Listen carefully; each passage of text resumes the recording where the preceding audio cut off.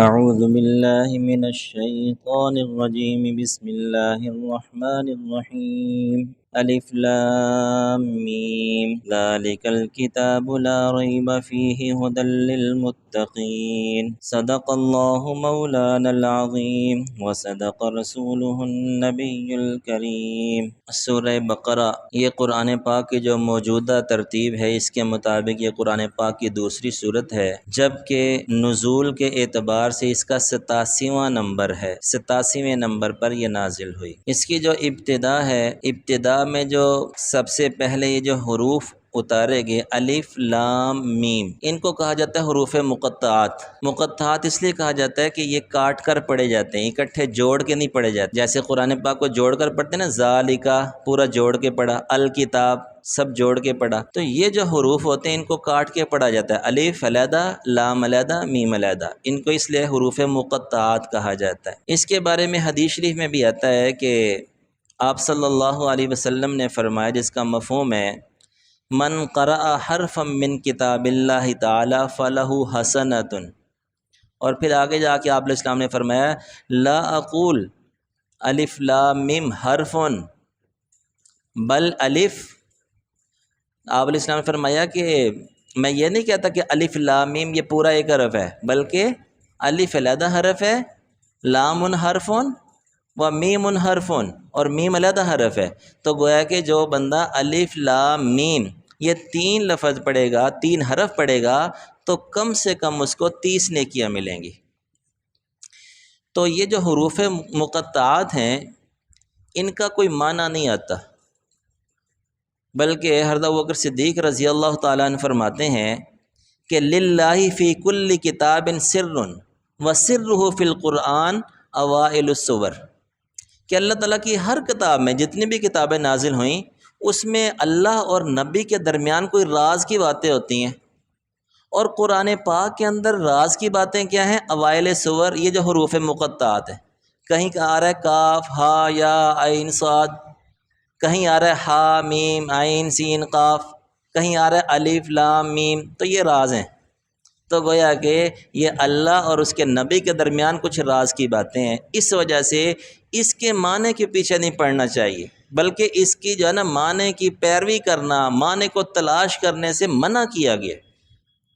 بس اتنا ایمان ہے کہ یہ قرآن کا حصہ ہے، باقی کیا مراد ہے اللہ عالم بمرادہ، جہاں بھی یہ حروف آتے ہیں اس کا یہی معنی ہوتا ہے اللہ عالم بمرادہ، کہ اللہ تعالیٰ ہی اس کی مراد کو زیادہ جانتے ہیں۔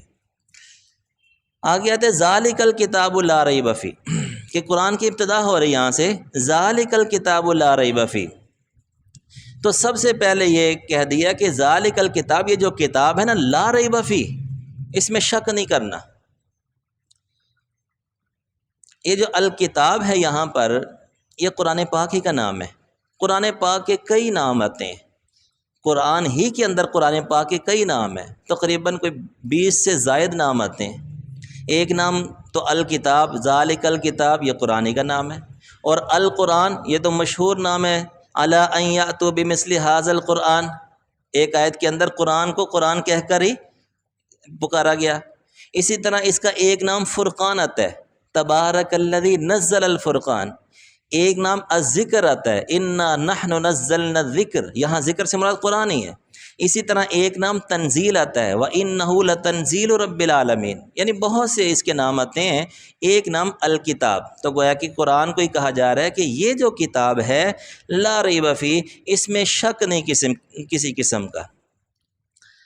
اب یہ شک کی جو نفی کی نا وہ اس وجہ سے کی کہ عقیدے کے اندر جو کمزوری آتی ہے نا، کمزوری یعنی دیکھیے کہ سب سے جو مضبوط چیز ہوتی ہے نا وہ عقیدہ ہوتا ہے، کہ عقیدہ گویا کہ بنیاد ہے۔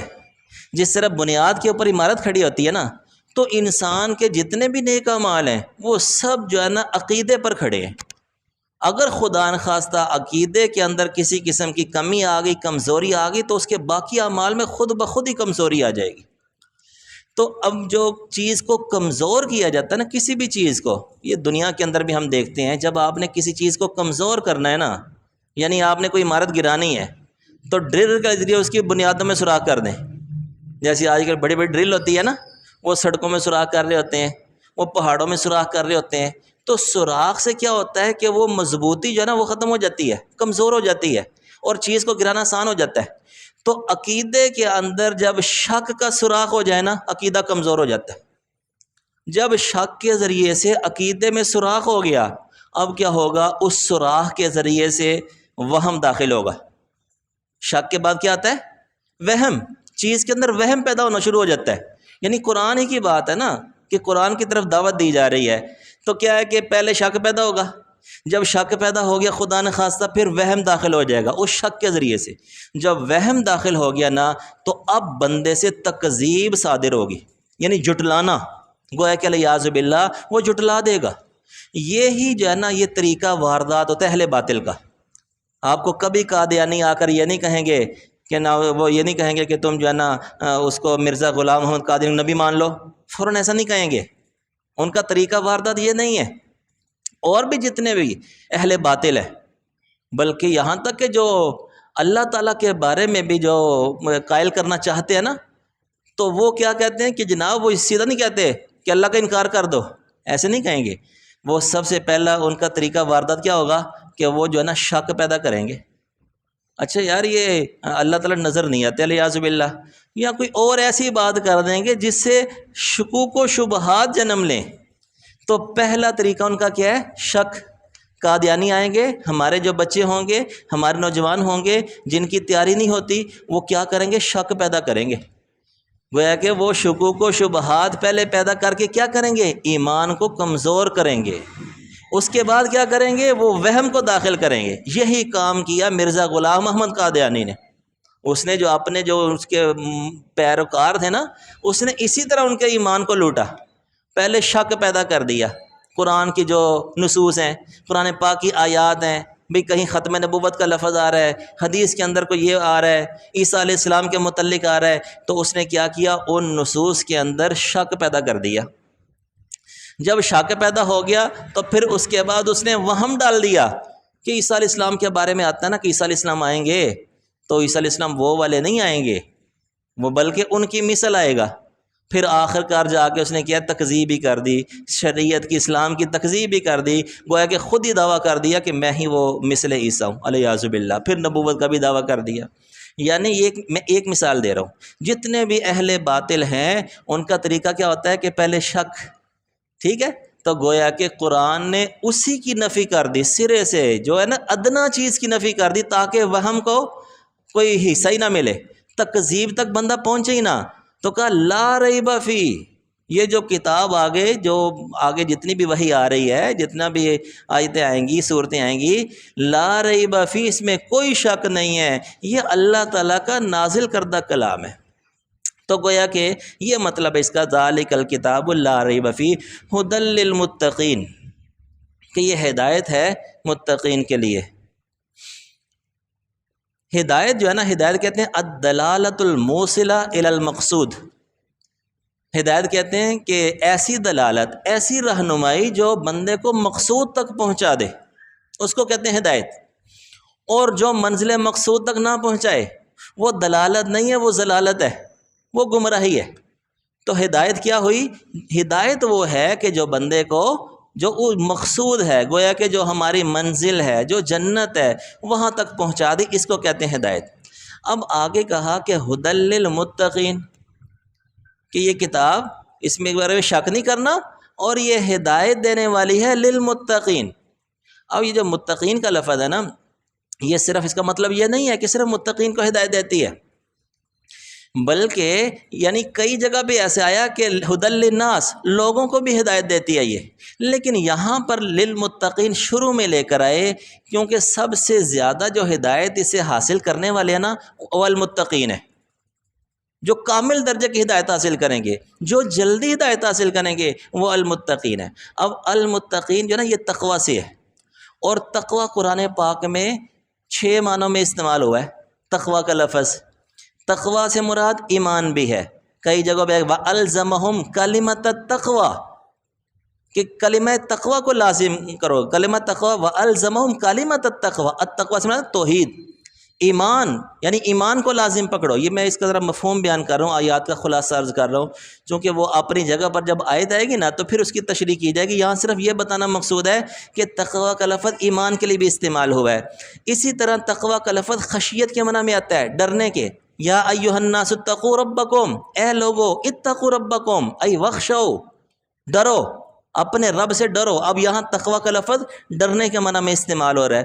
اسی طرح تقوی کا لفظ توبہ کے معنی میں بھی آتا ہے. وَلَوْ أَنَّ أَهْلَ الْقُرَىٰ آمَنُوا وَاتَّقَوْا، اے بستی والے ایمان لاتے، واتقوا اور توبہ اختیار کرتے. اسی طرح طاعت کے معنی میں آتا ہے تقوی. لا الہ الا انا فاتقون، اللہ کے علاوہ کوئی معبود نہیں، لا الہ کوئی معبود نہیں، الا انا مگر میں، فاتقونی مجھ ہی سے، اطیعونی مجھ ہی سے ڈرو. اسی طرح ترک معصیت کے معنی میں بھی آتا ہے. وَأْتُوا الْبُيُوتَ مِنْ أَبْوَابِهَا وَاتَّقُوا اللَّهَ، کہ وہ حج کر کے آتے تھے نا مشرکی جو لوگ مشرکین مکہ دیگر، تو وہ کیا کرتے تھے، وہ جو عام دروازے ان سے نہیں آتے تھے کہ بھئی ان سے تو ہم گناہوں میں گزرتے ہیں، تو وہ کوئی سوراخ کر کے وہاں سے آتے تھے. تو کہا کہ جو ہے نا یہ آپ جو عام دروازے ہیں گھروں کے حج کر کے انہی سے داخل ہو، البتہ کیا ہے واتقوا اللہ، یعنی گناہوں کو چھوڑ دو، جو گناہ چھوڑنے ہیں، جو اصل کام کرنے والا ہے وہ کام کرو. اسی طرح اخلاص کے معنی میں آتا ہے فَإِنَّهَا مِن تَقْوَى الْقُلُوبِ، یہ قلوب کا تقوی، قلوب کا اخلاص. تو تقوی 6 معنوں میں تقریباً آتا ہے. یہ 6 کے 6 معنی یہاں پر مراد ہیں. ہدی للمتقین، ہدایت دینے والی ہے، للمتقین للمؤمنین، جو ایمان لانے والے ہیں ان کو کتاب سے ہدایت ملے گی، سب سے پہلے تو انہیں ہدایت ملے گی. اسی طرح کیا ہے للمتقین، ڈرنے والوں کے لیے، جو ڈرے گا اس کو ہدایت ملے گی. اسی طرح جو توبہ کرنے والے ہیں، جو اطاعت کرنے والے ہیں، جو گناہوں کو چھوڑنے والے ہیں، جو اخلاص والے ہیں، سب کے لیے ہدایت ہے. تو گویا کہ یہ سارے کے سارے 6 کے 6 قسم کے لوگ ایسے ہیں کہ اول درجے میں جو ہدایت ملے گی وہ ان لوگوں کو ملے گی، جو جلدی ہدایت ملے گی ان لوگوں کو ملے گی. اس لیے قرآن پاک کی ابتدا میں یہ متقین کا لفظ آیا، اور آگے کئی جگہ پر قرآن پاک کے متعلق آ رہا ہے ہدی للناس کی. یہ کتاب ایسی ہے جو لوگوں کو بھی ہدایت دینے والی ہے. جو کہا سنا اللہ تعالیٰ اس کی سمجھ کی توفیق عطا فرمائے.